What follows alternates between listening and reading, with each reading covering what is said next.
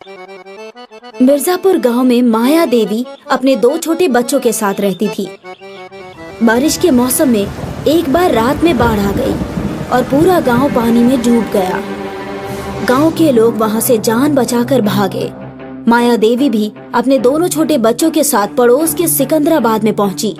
माया को देखकर सिकंदराबाद का सरपंच आया और बोला, है बुढ़िया, हमारे गांव में क्यों आई है? सरपंच जी, आप तो जानते ही हैं कि हमारे गांव मिर्जापुर में बाढ़ ने अपना कहर बरपाया है, इसलिए मुझे और मेरे दोनों बच्चों को अपने गांव के बाहर आसरा दे दीजिए।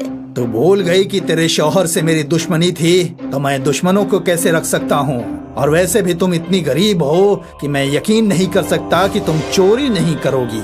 सरपंच जी, हम अपना बुरा वक्त काटने आए हैं, हम भला चोरी क्यों करेंगे? है बुढ़िया, ज्यादा होशियार मत बन, अपने बच्चों को लेकर यहाँ से दफा हो जा।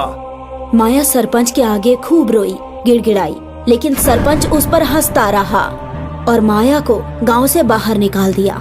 अम्मी, अब हम क्या करेंगे? गांव में पानी भरा है और दूसरे लोग गांव में घुसने नहीं दे रहे। अब हम कहाँ जाएं? जंगल के अलावा भी कोई रास्ता नहीं। अम्मी, हम इस सड़क पर भी तो रह सकते हैं। नहीं बेटा, यहाँ पर पानी आ जाता है और अगर पानी नहीं भी आया तो सरपंच हमें नहीं रहने देगा। हमें इसकी नजरों से दूर जंगल में ही जाना होगा। खुदा ने जो भी नसीब में लिखा है वो तो होना ही है। माया अपने दोनों बच्चों को लेकर जंगल में चली जाती है। जंगल में बहुत सारे बांस के पेड़ हैं। वहाँ 2 आम के और बाकी फलों के पेड़ भी हैं। अम्मी, यहाँ तो गर्मी बिल्कुल नहीं है और बहुत सारे फलों के पेड़ भी हैं। अब हम यहाँ पर पेट भर के खा सकते हैं और सुकून से रह सकते हैं। हाँ अम्मी, अच्छा हुआ कि वहाँ बाढ़ आ गई, क्योंकि ना तो वहाँ फल मिलते थे और ना इतनी ठंडी हवा। बच्चों, बाढ़ किसी के भले के लिए आई, हमें ऐसा नहीं सोचना चाहिए, क्योंकि बाढ़ की वजह से जान और माल दोनों का नुकसान होता है। और हम जंगल में रह सकते हैं, लेकिन हमें यहाँ एक झोपड़ी बनानी होगी, नहीं तो जंगली जानवर हमें ही खा जाएंगे। लेकिन अम्मी, हम झोपड़ी कैसे बनाएंगे? हम लकड़ियों की मदद से झोपड़ी बनाएंगे। हाँ अम्मी, मैं पेड़ पर चढ़कर लकड़ियाँ काट लाऊंगा। नहीं मेरे बच्चे, पेड़ों में भी जीवन होता है, हमें इन्हें नहीं काटना चाहिए। हम इनकी वजह से ही सांस लेते हैं और खाते पीते हैं। तो फिर हमारी झोपड़ी कैसे बनेगी अम्मी? वो सामने देखो, वहाँ पर कुछ सूखी लकड़ियाँ पड़ी हैं, हम उनसे अपनी झोपड़ी बना लेंगे। माया अपने दोनों बच्चों के साथ लकड़ियाँ इकट्ठा करना शुरू करती है और कुछ ही घंटों की मेहनत के बाद वो काफी लकड़ियाँ इकट्ठा कर लेते हैं। देव नदी की तरफ झोपड़ी के लिए फूस लेने चला जाता है। देव, वहाँ अकेले मत जाओ, पहले लकड़ियों से झोपड़ी बना लेते हैं, बाद में फूस ले आएंगे। देव अम्मी की बात अनसुना कर देता है और फूस उठाने चला जाता है। तभी देव की जोर से चीख निकली, क्योंकि उसे सांप ने डस लिया।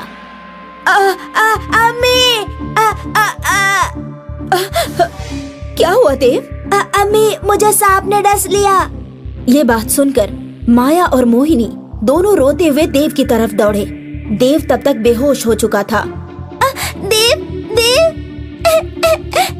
देव, बेटा, बेटा, या खुदा, हमने क्या बिगाड़ा है तुम्हारा?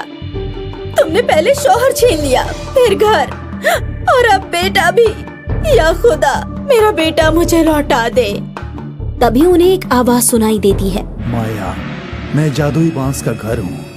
मैंने तुम्हारी बातें सुनी थी कि तुम अपने बच्चों को पेड़ों के बारे में समझा रही थी। ये देखकर मैं बहुत खुश हुआ। मैं तुम्हारे बेटे को फिर से जिंदा कर रहा हूँ और तुम्हें रहने के लिए एक जादुई घर दे रहा हूँ, जिसमें तुम और तुम्हारे बच्चे बिना किसी डर के रह सकेंगे और तुम दूसरे लोगों का भी भला कर पाओगी। मैं कोई ख्वाब देख रही हूँ? अभी तुम्हारा बेटा ठीक हो जाएगा और एक आलीशान घर भी आ जाएगा, जिसमें खाने का पूरा इंतजाम होगा। बस तुम कुछ देर के लिए अपनी आंखें बंद कर लो। माया और मोहिनी अपनी आंखें बंद कर लेते हैं और जादुई बांस का घर बनकर तैयार हो गया, जो दिखने में बेहद खूबसूरत है। तभी देव भी जिंदा हो गया और उसने अपनी अम्मी को आवाज लगाई, अम्मी, अम्मी। देव, तू ठीक तो है ना? हाँ अम्मी, मैं तो थोड़ी देर सो गया था और आपने इतना बढ़िया घर बना लिया। घर? तीनों पीछे देखते हैं और वो भी हैरान रह जाते हैं। उन्हें वहाँ बांस का जादुई घर नजर आता है वो तीनों जल्दी से घर के अंदर दाखिल होते हैं। अंदर से वो घर नहीं, महल है। देव और मोहिनी को वो घर बहुत पसंद आता है। वो वही रहने लगते हैं और खूब फल खाते हैं। तीनों सुकून से रहने लगते हैं। माया और उसके बच्चों के कुछ दिन आराम से बीत गए। फिर उन्होंने एक दिन देखा कि सरपंच भी बाढ़ से बचकर जंगल में भाग आया। माया, मुझे माफ कर दो। मेरे खानदान को अपने घर में पनाह दे दो। मुझे माफ कर दो माया। आपने हमें अपने गांव में नहीं आने दिया, तो हम अपने गांव में क्यों आने दें? बेटा, मुझे माफ कर दो। कोई बात नहीं सरपंच जी, घर में तशरीफ ले आइए। सरपंच ने जैसे ही अपने घर वालों के साथ घर में दाखिल होने की कोशिश की, जादुई घर ने उसे बाहर फेंक दिया और बहुत तेजी से जंगल में भी बाढ़ आ गई, जिसमें सरपंच और उसकी फैमिली बह गई। लेकिन जादुई बांस के घर को कुछ नहीं हुआ। वो सही सलामत रहा।